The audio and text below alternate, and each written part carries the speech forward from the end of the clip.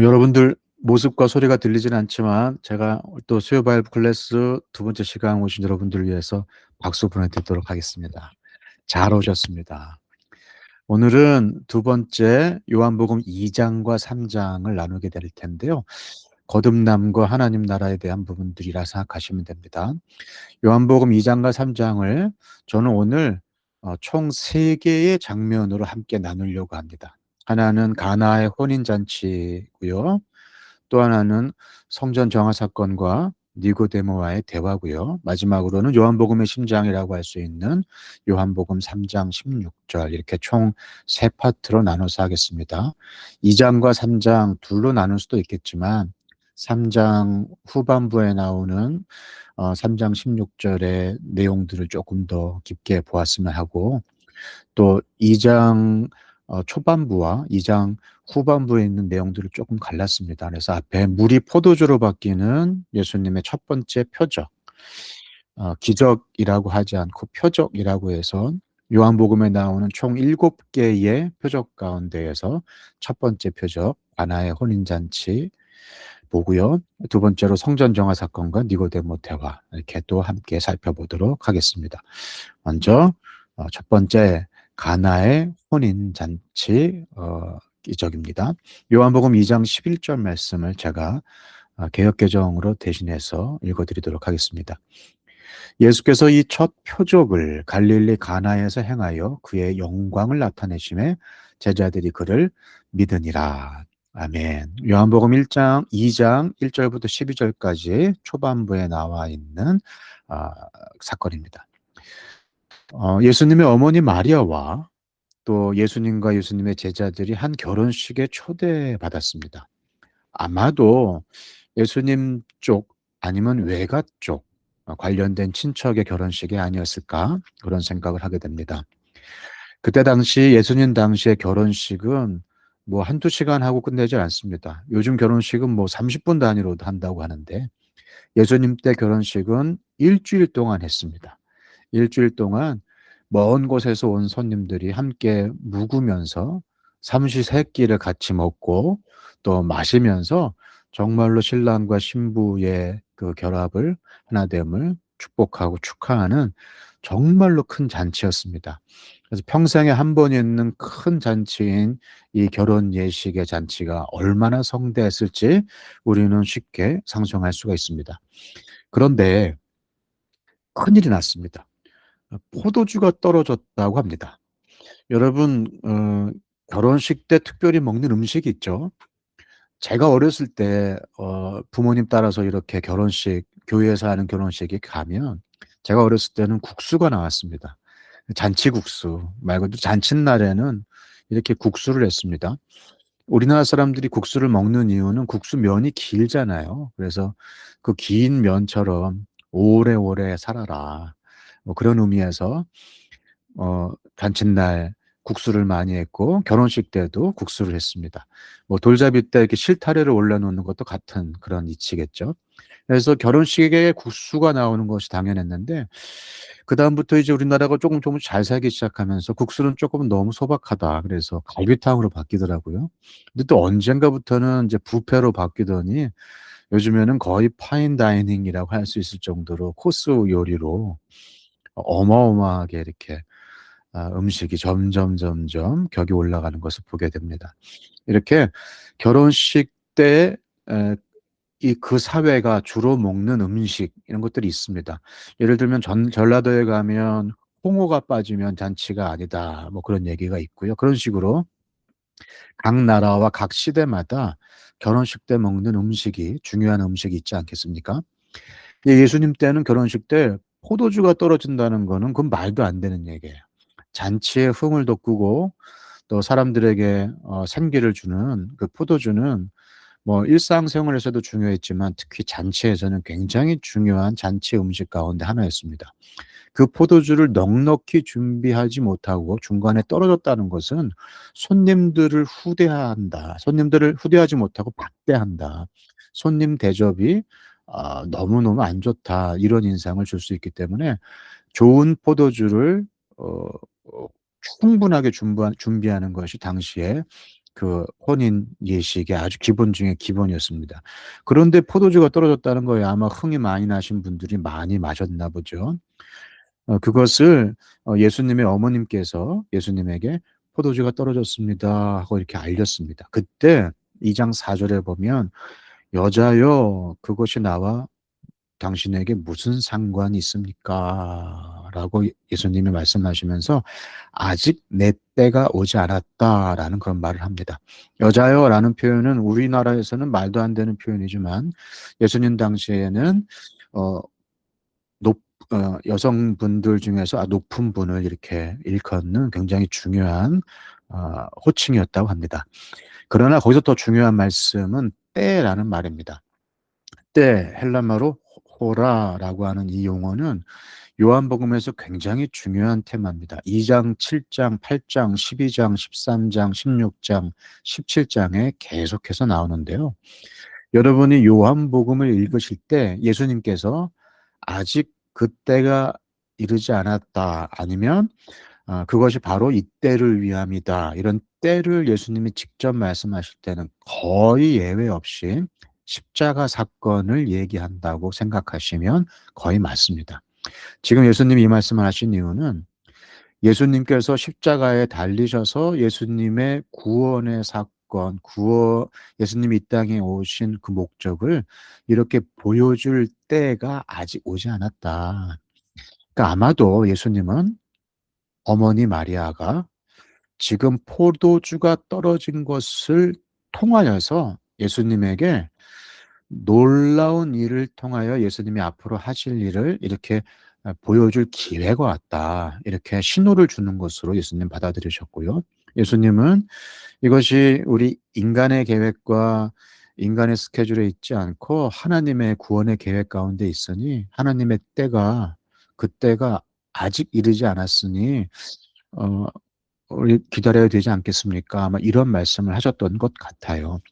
그러나 그러나 마리아는 일꾼들에게 예수께서 무엇이든지 시키는 대로 하라라고 하면서 예수님께서 무엇인가를 하실 것을 기대하는 모습을 계속 보입니다. 그러자 예수님께서 어, 당시 정결 예법을 따라 물 항아리, 돌 항아리가 총 6개가 이렇게 준비가 돼 있었다라고 했습니다. 정결 예법이라고 하는 것은 당시 유대인들이 지키던 율법의 규칙을 따라라고 하는 뜻입니다. 율법에 보면 모세의 율법에 보면 정결 예법이 있습니다. 몸을 정결케 하는 이게 하나님의 거룩한 백성은 영적으로도 거룩해야 되지만 우리 백성의 삶과 또 육체도 거룩해야 된다라고 하면서 육체를 정결하게 지키는 그런 규칙들이 있었는데요. 그래서 손을 씻거나 또 피를 멀리하거나 시체를 멀리하는 것 등이 모세 율법에 자세하게 나와 있습니다. 그런 유대인의 정결 예법에 따라서 항상 집에는 손이나 발을 씻는 물을 준비해 두게 되어 있었습니다. 어, 예수님 당시에 샌들을 신고 다녔고 또 척박한 흙바닥이었기 때문에 그때 무슨 보도블록이 있겠으며 아스팔트가 있겠으며 무슨 타일 바닥이 있겠습니까? 그냥 더러운 흙바닥을 다니던 사람들이 집에 들어올 때 발을 씻고 또 손을 씻는 것이 모세의 예법, 유대인의 생활 양식이었습니다. 그 예법에 따라서 물 항아리가 총 6개가 이렇게 놓여 있었는데 예수님이 그 항아리에 물을 가득 채우라라고 얘기를 합니다. 그러자 하인들이 뭐 2번 묻지 아니하고 예수님이 시키는 대로 물을 길어와서 그 돌 항아리에다가 가득 붓습니다. 그 돌 항아리가 아마 작지는 않았을 거예요. 굉장히 큰 돌 항아리였기 때문에 6개 전부를 다 채우는 것에 굉장한 수고로움이 있었을 것입니다. 그러자 예수님께서 이제 그 항아리에서 물을 떠다가 잔치를 주관하는 이에게 가져다 주라라고 얘기를 합니다. 그러자 잔치를 맡으니 뭐 웨딩 플래너라고 할 수도 있겠고 그 잔치 전체를 주관하는 어떤 책임자였겠죠. 그가 그 물을 받아 마셨는데 그때 그것이 이미 포도주로 변해 있었고 어 그 맛이 너무 좋아서 보통은 좋은 포도주를 잔치 초반에 주고 사람들이 취한 다음에는 좀 질이 좋지 않은 싼 포도주를 나중에 주는 법인데, 여기는 오히려 가장 좋은 것을 지금까지 이렇게 마지막까지 남겨 두었구려 하면서 이렇게 감탄해하는 장면이 이 가나오는 잔치의 마지막 부분에 나옵니다. 그것이 물이 포도주로 바뀌었다라고 해서 물이 포도주로 바뀐 가나 혼진 잔치의 기적이다라고 얘기를 합니다. 그러나 사도 요한은 이것을 표적이라고 하면서, 표적은 기적과 다릅니다. 기적은 그냥 놀랍고 기이한 일은 다 기적이라고 얘기합니다. 표적은 그것이 무엇인가를 가리킨다는 거죠. 그렇게 기이하고 놀라운 일이 일어난 이유가 있다는 것이죠. 그 일이 무엇인가를 나타내고 무엇인가를 보여주고 무엇인가를 알려주기 위하여서 우리 가운데 실행됐다는 것을 표적이라고 하는 세메이온이라는 말을 일부러 들어서 어, 사도 요한은 예수님의 첫 번째 기적을 이렇게 표현했습니다. 그럼 이것이 무엇인가? 많은 해석과 또 많은 연구가 있겠지만, 저는 요한복음을 묵상하고 또 많은 학자들의 글들을 읽고 볼 때마다 이것이 예수님이 앞으로 행하실 일들에 대한 전반적인 오리엔테이션이다라는 생각을 지울 수가 없습니다. 예수님의 첫 번째 표적으로 물이 포도주로 바뀐 사건을 보여준 이유가 있습니다. 여러분, 이 물은 유대인의 정결 예법에 따라 손을 씻고 발을 씻는 이 물은 아무리 씻어도 다시 더러워질 수밖에 없는 죄 많은 인간의 한계를 그대로 드러냅니다. 모세의 율법을 따라서 제사를 지내고 그 제사를 통해서 속죄를 받지만 그 제사는 일회용일 뿐입니다. 그래서 또 죄를 짓게 되고 그 죄에 대하여서 또 제사를 지내야 되는 끊임없는 반복이 있을 뿐이죠. 그래서 모세의 율법과 제사는 우리에게 무엇이 죄인지를 알려주는 역할은 하지만 사실은 그 죄의 문제를 영원히 해결할 수는 없습니다. 인간이 죄를 짓지 않을 도리가 없거든요. 그래서 우리가 한번 세수를 했다고 해서 그 다음날 세수 안 할 수가 없잖아요. 또 더러워지고 또 냄새 나서 또 씻을 수밖에 없는 것처럼, 이 유대인의 정결 예법을 따라 손을 씻고 발을 씻는 이 물은 모세의 시대, 율법의 시대의 한계를 그대로 보여줍니다.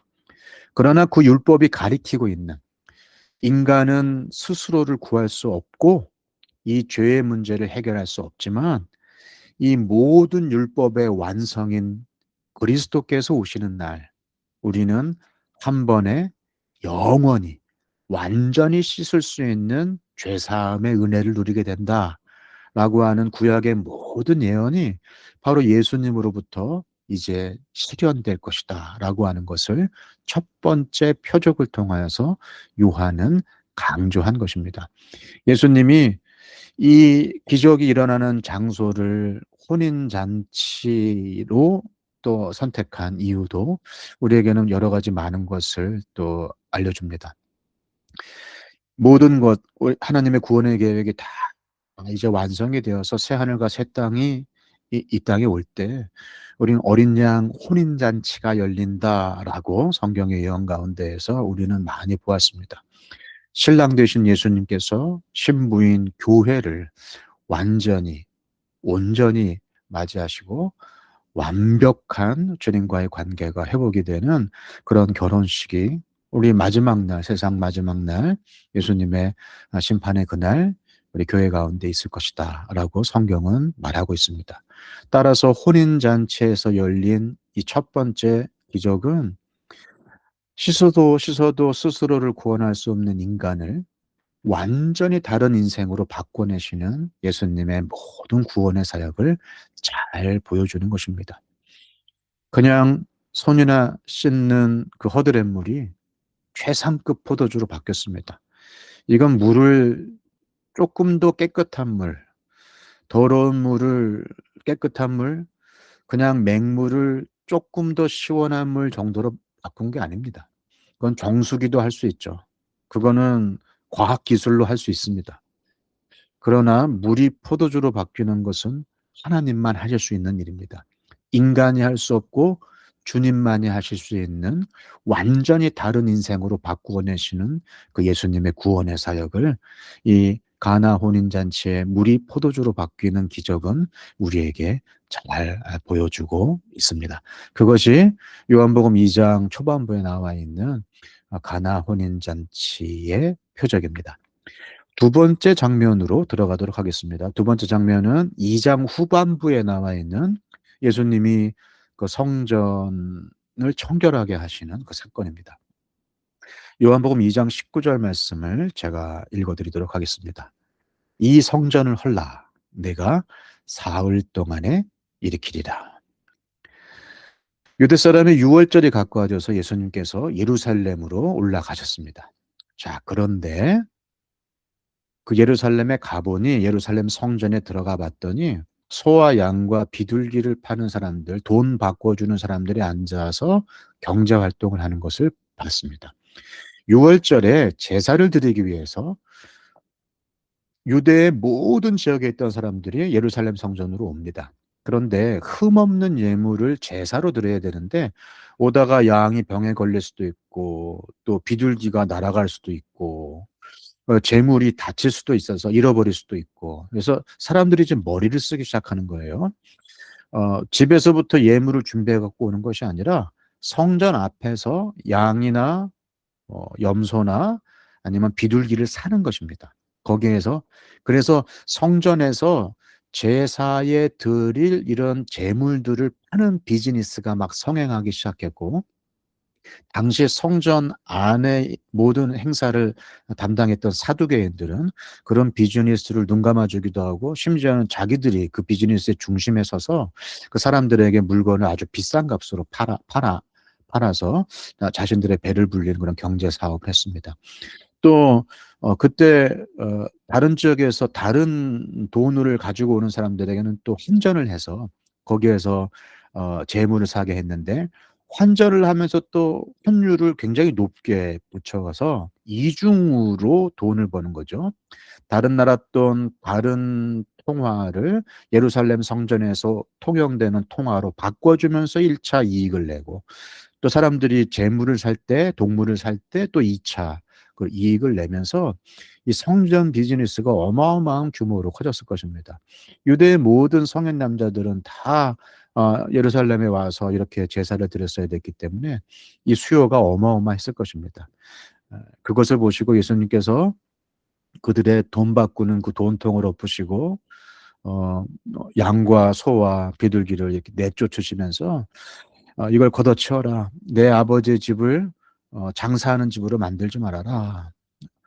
내 아버지 집을 어, 더럽히지 말아라. 이렇게 화내시는 장면이 나옵니다. 이것을 그래서 성전을 깨끗하게 했다 해서 성전 정화 사건이다라고 이름을 붙입니다. 이 성전 정화 사건은요, 사복음서에 다 나옵니다. 사복음서에 다 나오는데 마태, 마가, 누가복음은 예수님이 십자가에 달리시기 전에 예루살렘 입성하셨을 때, 그러니까 예수님의 사역 후반부에 등장을 하는데 요한복음은 이것을 요한복음의 초반부에 이렇게 어, 배치를 시켰습니다. 똑같은 사건을 마태, 마가, 누가는 예수님의 십자가 직전에 두었고 사도 요한은 요한복음의 맨 앞에다가 배치를 했습니다. 그건 마치 가나 혼인잔치의 기적을 맨 앞에 놔서 예수님이 앞으로 하실 사역의 전체적인 큰 그림을 오리엔테이션으로 보여준 것처럼 이 성전 청결 사건을 맨 앞에 놓으면서 앞으로 할 이야기의 가장 중요한 어떤 그림을 독자들에게 그릴 수 있도록 도와주는 것이었습니다. 이 성전 정화 사건을 통하여서 예수님이 성전을 그렇게 사용하지 말아라. 진짜 성전은 그런 것이 아니다. 성전은 아버지의 집인데 어떻게 강도의 소굴로 만들었느냐라고 마태와 마가와 누가와 요한복음에서 이렇게 다 얘기를 했습니다. 그런데 사도 요한은 마태, 마가, 누가에서는 전혀 얘기하지 않았던 그 다음 장면을 이 성전 정화 사건의 후반부에다가 붙입니다. 이렇게 막 뒤집어 놓으니까 유대 사람들이 예수님에게 물었습니다. 당신이 왜 이런 일을 하십니까?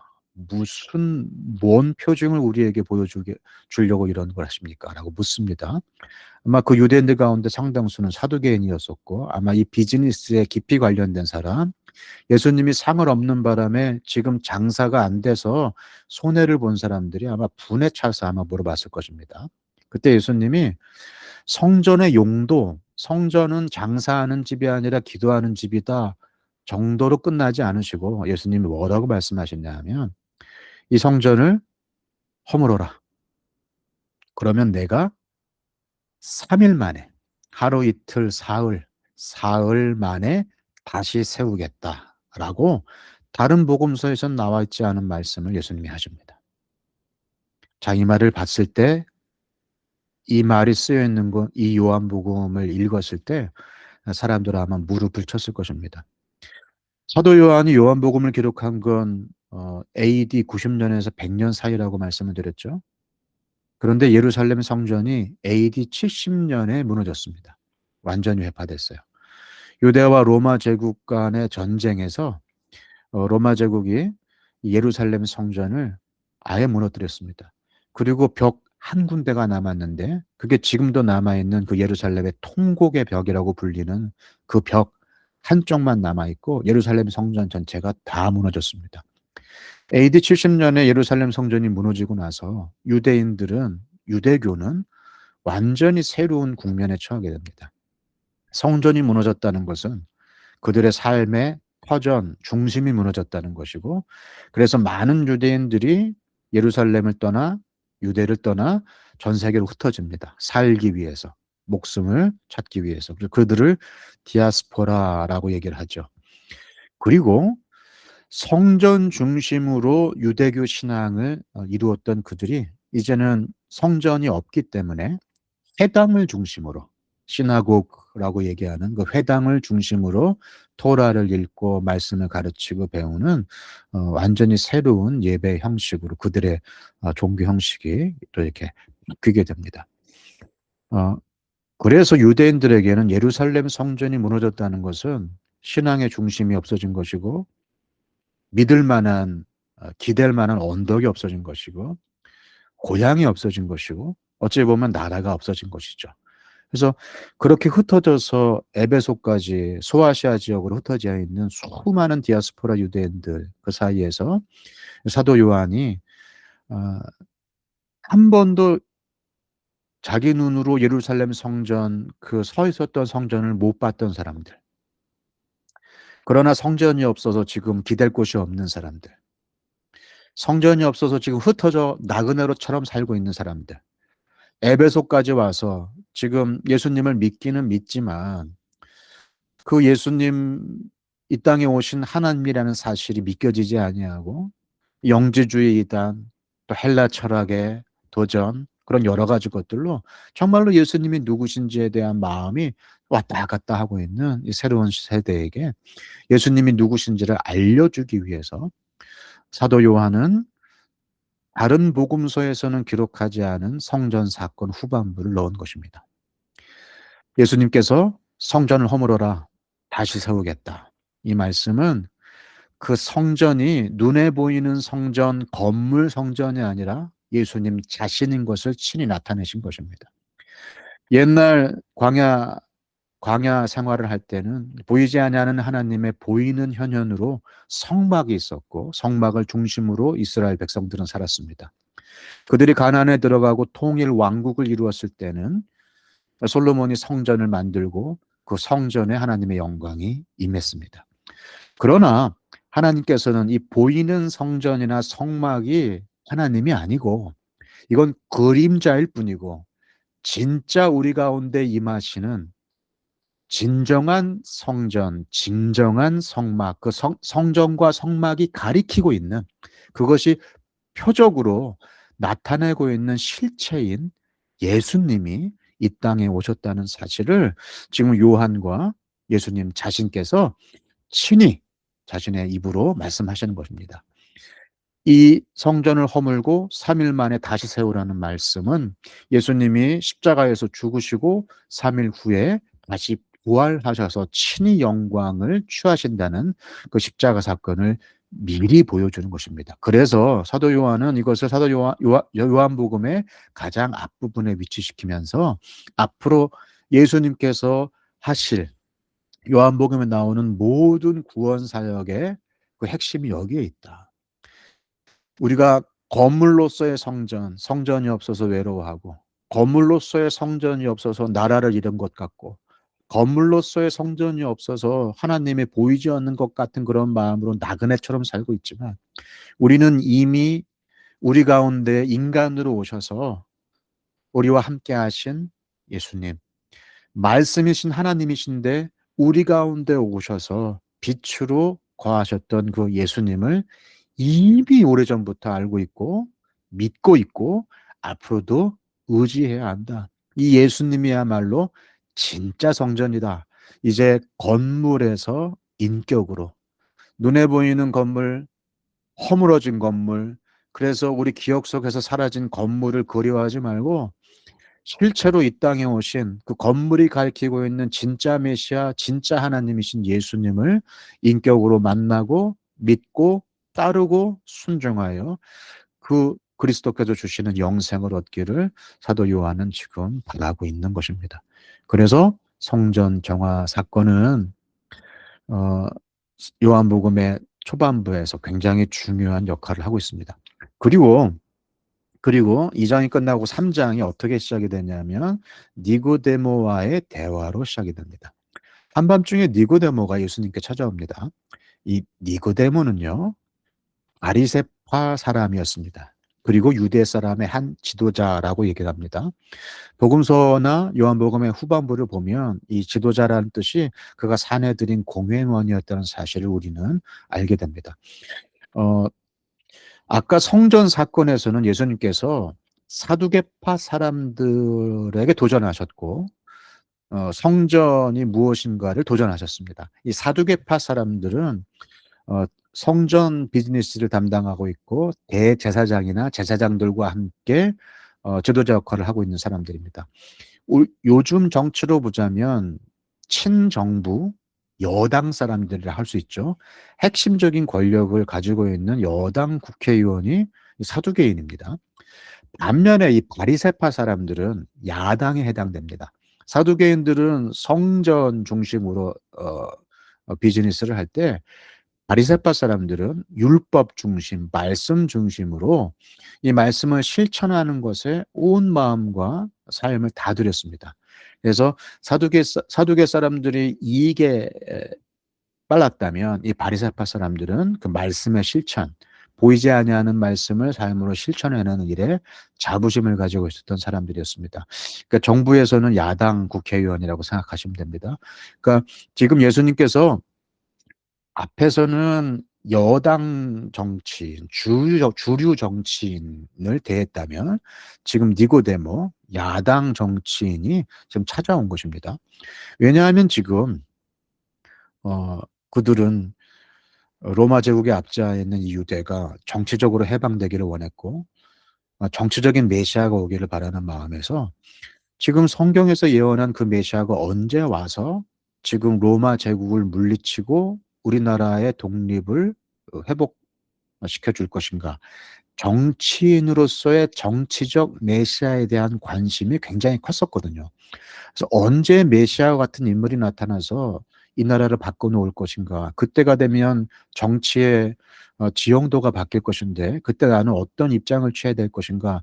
그 사두개파 사람이든 바리새파 사람이든 굉장히 민감했을 것입니다. 그런데 예수님이 사람들에게 영향을 주고 예수님의 소문이 들리니까 니고데모가 찾아온 것입니다. 그러나 한밤중에 찾아왔어요. 남의 눈이 무서운 거죠. 지금 그가 예수님을 따른다는 말이 오게 되면 이게 반대파인 사두개파 사람들에게 이용당할 수도 있고 심지어 자기가 지금 비록 바리새파 사람이지만 사내들인 공회원으로서 그 70명 공회원 중에 한 사람으로서 굉장히 중요한 정치적인 입지를 가지고 있는데 자신의 입지가 또 헛다리를 짚게 되면 흔들리게 될 것이 뻔하기 때문에 그는 한밤중에 남의 눈을 피해서 예수님이 어떤 사람인지를 확인하려고 온 것입니다. 예수님은 그것을 아셨습니다. 그래서 예수님은 그가 그냥 인사말처럼 "라삐님, 우리는 선생님이 하나님께로부터 오신 분임을 압니다. 그냥 선생님 정도로 일하면서 당신이 누군지 알고 싶다는 말을 그런 뉘앙스로 인사를 건네자 예수님이 말씀하십니다. 그의 핵심을 찌릅니다. 사실은 그가 진짜 물었어야 할 진짜 물음을 예수님이 묻습니다. "내가 진정으로 진정으로 너에게 말한다. 누구든지 거듭나지 않으면 하나님 나라를 볼 수 없다." 정치적 해방, 그 정치인인가를, 정치적 메시아인가를 확인하러 온 사람에게 "아니, 정치적 해방이 중요한 게 아니야. 하나님 나라가 중요한 거야. 그 하나님 나라는 너가 다시 나지 않으면, 거듭나지 않으면 불가능해."라고 "거듭나다"라는 말을 씁니다. 그러자 이 니고데모가 깜짝 놀랍니다. "다시 태어난다고요? 아니, 내가 다시 아기가 돼서 엄마 뱃속에 들어갔다가 다시 나오란 말입니까? 그 말도 안 되는 소리를 하십니까? 이게 무슨 말입니까?" 이렇게 얘기를 합니다. 우리는 거듭남, 중생, 이 말이 너무 종교적인 언어로 우리에게 익숙해서 듣자마자 바로 그 중생이 그 중생인 것을 알지만, 사실 이 말을 처음 들었던 니고데모가 헷갈릴 만했습니다. 여기서 다시라고 예수님이 사용하신 이 다시라는 말은 아노센이라고 하는 헬라어는요, 두 가지로 해석될 수 있습니다. 다시, 그러니까 again이라는 뜻으로도 해석될 수도 있고요. 위로부터, from above, 위로부터 내려오는으로 해석될 수도 있는 것입니다. 지금 니고데모는 다시 나다로 해석을 했고요. 아마도 예수님은 "너가 위로부터 오는 생명을 받지 않으면" 이라고 말씀하신 것이 분명합니다. "너가 위로부터 오는 진정한 생명을 받지 않으면 하나님 나라의 통치를 누릴 수 없다. 너는 지금 위로부터 오는 생명에 집중하고 그 생명에 네 삶을 들여야 된다."라고 예수님께서 말씀하시는 겁니다. 다시 말해서 진짜 중생에 대해서 얘기하는 것이죠. 앞에서는 진짜 성전이 무엇인가를 예수님이 보여주셨습니다. 눈에 보이는 성전이 아니라 내가 성전이다. 진짜 성전은 나다. 이 땅에 보이는 하나님으로 사람의 몸으로 이 땅에 온 나를 통하여 하나님의 임재를 누리게 될 것이다. 진짜 중생은 다시 태어난다는 것은 하늘로부터 오는 생명, 위로부터 오시는 그 모든 것을 받아들이는 것이다. 라고 말씀하시면서 예수님이 그것을 설명하십니다. 니고데모가 뭐 "다시 태어나야 됩니까? 라고 하자 예수님께서 "내가 진정으로 진정으로 너에게 말한다. 누구든지 물과 성령으로 나지 아니하면 하나님 나라에 들어갈 수 없다." 못 알아듣는 이 사람에게 "물과 성령으로 난다"라고 위로부터 오는 생명이 무엇인지를 소개해 주신 것이죠. 이것은 에스겔서 36장 25절부터 27절에 나와 있는 말씀입니다. 제가 읽어 드리겠습니다. "맑은 물을 너희에게 뿌려서 너희로 정결하게 하되 곧 너희 모든 더러운 것에서와 모든 우상 숭배에서 너희를 정결하게 할 것이며, 또 새 영을 너희 속에 두고 새 마음을 너희에게 주되 너희 육신에서 굳은 마음을 제거하고 부드러운 마음을 줄 것이며, 또 내 영을 너희 속에 두어 너희로 내 율례를 행하게 하리니 너희가 내 규례를 지켜 행할지라." 예스겔이 미리 이야기한 위로부터 오시는 이의 그 새로운 영의 세례에 대하여서 예수님이 말씀하신 것입니다. 진짜 성전이 무엇인가에 이어 진짜 거듭남, 진짜 새로운 인생을 산다는 것이 무엇인지를 예수님은 보여줍니다. 다시 말해서 2장과 3장에 나와 있는 이 세 가지 사건, 가나 혼인잔치, 성전 청결, 니고데모의 대화, 모두 다 죽을 인생이 새롭게 되는 새 생명, 진정한 새 생명을 주시는 것은 위로부터 오신 살아있는 성전인 진짜 성전의 본체이신 예수님을 믿고 따르는 것이다 라고 하는 요한복음 전체의 주제를 말씀하는 것입니다. 이제 요한복음 마지막 3장 13절 이후의 내용으로 들어가도록 하겠습니다. 하나님이 세상을 이처럼 사랑하사 독생자를 주셨으니 이는 그를 믿는 자마다 멸망하지 않고 영생을 얻게 하려 하심이라. 요한이 이 한 문장 안에 요한복음 전체를 다 담았습니다.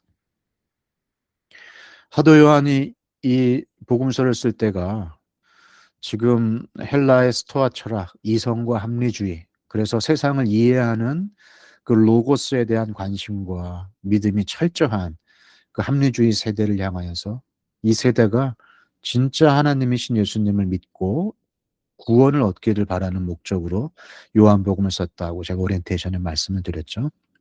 그 요한복음 전체의 목적이 아주 논리적인 구조로 요한복음 3장 16절에 쉬운 단어이지만 빠짐없이 구원 사역 전체가 담겨 있습니다.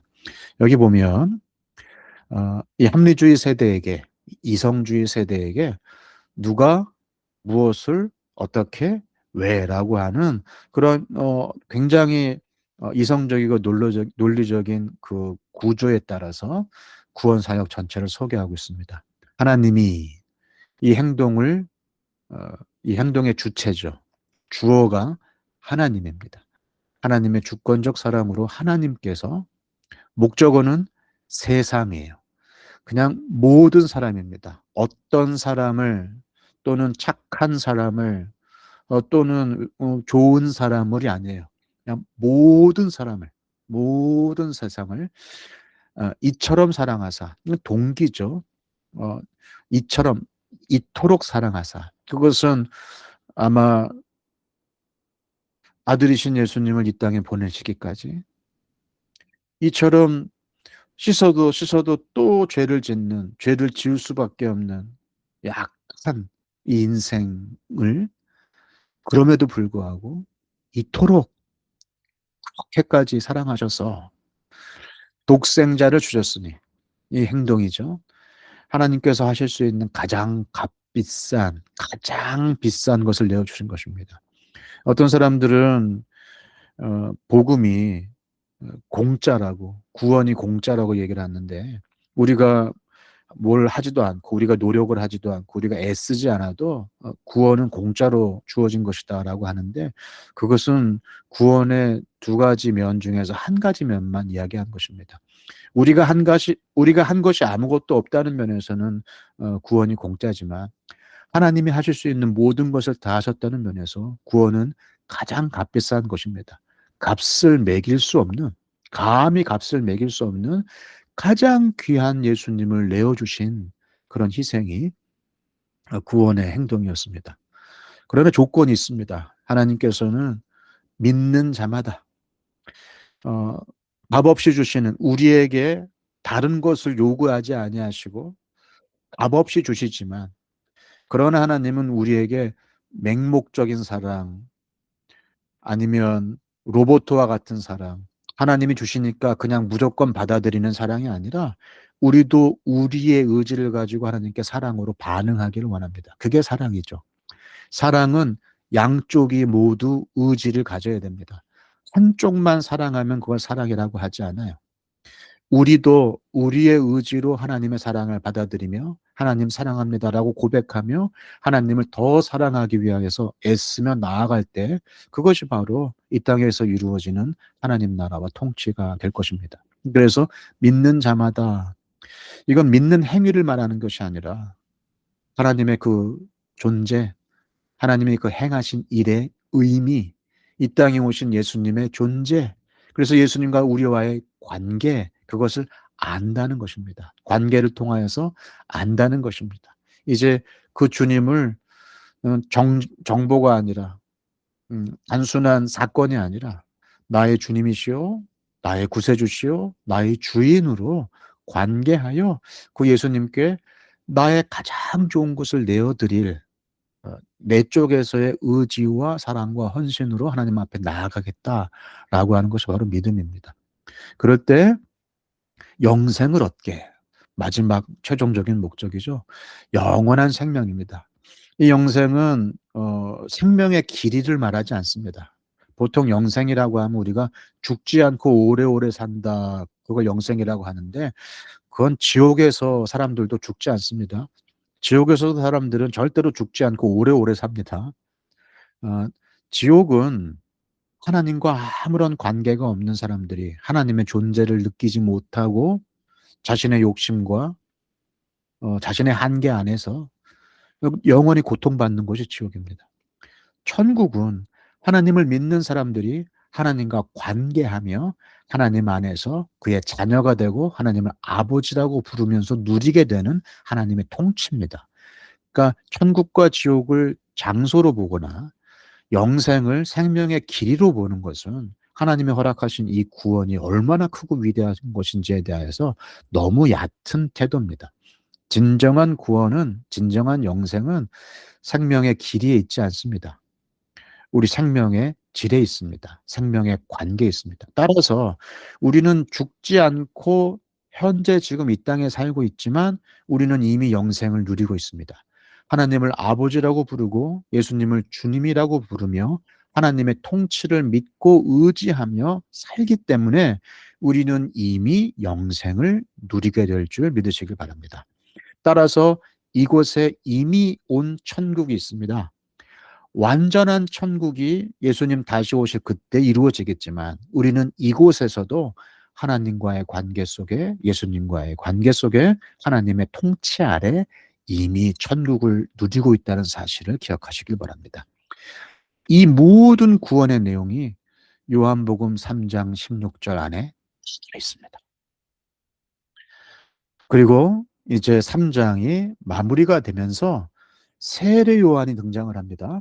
세례 요한이 등장을 해서 세례 요한이 이런저런 얘기를 하면서 요한복음 3장 31절 후반부에서 30절에서 이렇게 얘기합니다. 그는 흥하여야 하고 나는 쇠하여야 한다. 이게 우리가 1주차 요한복음 1장에서 봤던 나는 광야에서 외치는 소리로라 하면서 자기를 소리, 그러니까 본체가 아니라 본체에서 나오는 그림자, 나는 그냥 길 트는 사람일 뿐이요 진짜 소리의 주인은 따로 계시다라고 자기를 낮췄던 것처럼 이제 3장 후반부에서 사도 세례 요한이 또 그는 흥하여야 하겠고 나는 쇠하여라 하리라 하면서 이런 자기를 낮추는 자기 비움의 완성을 마치 수미상관, 앞에서 한 번, 뒤에서 한 번 이렇게 앞뒤로 완성하면서 지금 세례 요한의 역할들이 이렇게 마무리가 되는 것을 유대인들이 즐겨하는 수미상관 방식으로 이렇게 꺾은 괄호를 통하여서 지금 요한복음 3장 30절에서 이렇게 마치고 있는 것입니다. 그리고 3장 31절에 이런 말씀이 나옵니다. 위에서 오시는 이는 모든 것 위에 계신다. 그 아노센, 거듭나다가 다시가 아니라 위로부터 온다는 것임을 마치 증명이라도 하는 것처럼 3장 31절에서 위에서 오시는 이는 모든 것 위에 계신다. 라고 얘기하면서 그 아들을 믿는 사람에게 영생이 있다는 사실로 3장을 마무리합니다. 오늘 요한복음 2장과 3장을 통하여서 우리가 기억해야 될 것들이 있습니다. 물이 포도주로 바뀌었습니다. 허들의 물 같은 우리 인생이 최상급 포도주로 바뀌었습니다. 씻어도 씻어도 또 더러워지는 우리 인생이 완전히 다른 차원의 새로운 생명으로 바뀌었습니다. 진정한 결혼 예식, 신랑과 신부가 만나는, 신랑이신 예수님을 교회인 신부가 만나는 놀라운 일들이 이제 펼쳐질 것입니다. 예수님은 그냥 성전 청결 사건을 통하여서 교회에서 성전에서 비즈니스 하지 말라 그 정도로 끝내신 게 아니라 진짜 성전이 무엇인지 아냐? 이 성전, 눈에 보이는 성전 허물어라. 내가 3일 만에 다시 세우겠다 하시면서 죽었다 부활하신 예수님 자신이 성전인 것을 이미 AD 70년에 무너진 성전으로 좀 허전해하는 새로운 세대에게 성전이신 예수님, 성전의 본체이신 예수님을 소개하고 있습니다. 그리고 바리새파 사람이자 사내들인 공회인 니고데모가 와서 어떻게 하면 자신의 정치 입지를 견고히 할까? 이 사람을 내가 영입해야 되나 말아야 되나? 그러고 있을 때 예수님은 진짜 중생, 진짜 생명에 대해서 이야기하십니다. 아노센, 다시가 아니라 위로부터 오는 생명. 그 에스겔서에서 이야기하였던 그 새 영으로 새 생명을 사는 진정한 중생에 대하여서 말씀하시고, 사도 요한은 요한복음의 심장이라고 할 수 있는 요한복음 3장 16절로 구원 전체, 구속 역사 전체를 한 문장으로 정리하여 새 세대에게 전합니다. 그리고 세례 요한은 나는 쇠하여야 하리라 라는 말로 이제 예수님의 그 오심을 예비하였던 광야에 외치는 자의 소리로 예수님의 길트는 작업을 하였던 그의 일들이 마무리가 되는 것을 보게 됩니다.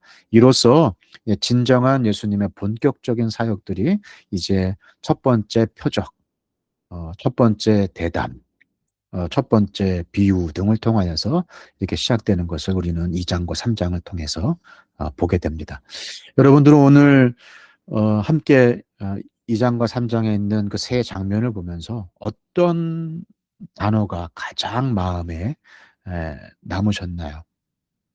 물이 포도주로 바뀐 것, 성전이신 예수님, 아니면 물과 성령으로 거듭나지 아니하면 아노센, 위로부터 오시는 그 생명이신 진짜 중생의 주인, 아니면 구원 역사의 한 문장 요한복음 3장 16절, 아니면 세례 요한의 역할, 어떤 것일까요? 한번 잠깐 우리 2장과 3장을 눈으로 훑어보시고 다시 한번 이렇게 마음으로 정리를 하시면서 가장 중요한 키워드를 한번 우리 채팅창에 남겨놓으시면 우리 다른 분들에게도 나눔과 또 도움이 될 줄로 믿습니다. 잠깐 오늘 배운 것들 함께 돌아보도록 하겠습니다.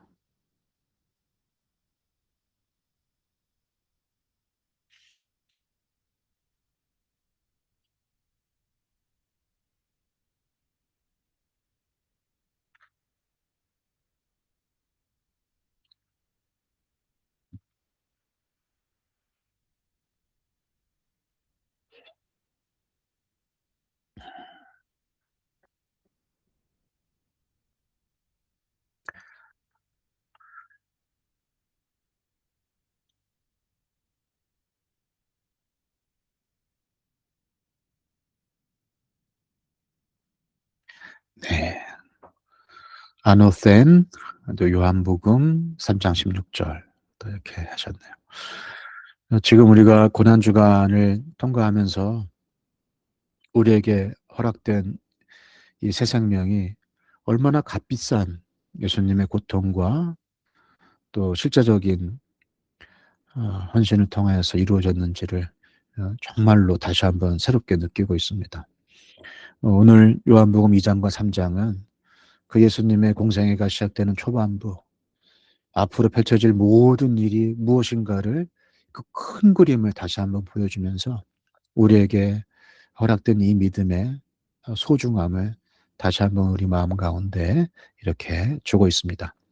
이번 한 주 동안 다시 한번 주신 말씀을 묵상하시고 또 다음 주에 있을 요한복음 4장도 한번 미리 읽어보시면서 하나님이 세상을 이처럼 사랑하셔서 독생자를 주셔서 우리에게 좀 그 빼앗기지 아니하는 새 생명, 또다시 죄를 씻어야 하는 그런 제사의 굴레 가운데 빠지지 않은 새 생명, 그 영원한 생명 허락하신 것을 이렇게 깊이 묵상하시는 그런 시간들로 삼으시기를 축복합니다. 다음 주는 드디어 그 사마리아 여인과의 이야기가 나옵니다. 생수 이야기죠. 그리고 오병이어의 기적, 생명의 떡이신 예수님에 대한 이야기들도 나옵니다. 그래서 예수님의 표적도 있고요. 그다음에 에고 에이미, 나는 뭐뭐다라고 예수님이 자기 자신을 친히 설명하시는 7가지 예수님의 자아상 가운데에서 몇 가지를 요한복음 4장에서 6장까지 우리 3장의 말씀을 통해서 보게 될 것입니다. 오늘 함께 수요 바이블 클래스에 참여해 주신 모든 여러분들께 감사를 드립니다. 제가 잠깐 기도하고 마치도록 하겠습니다.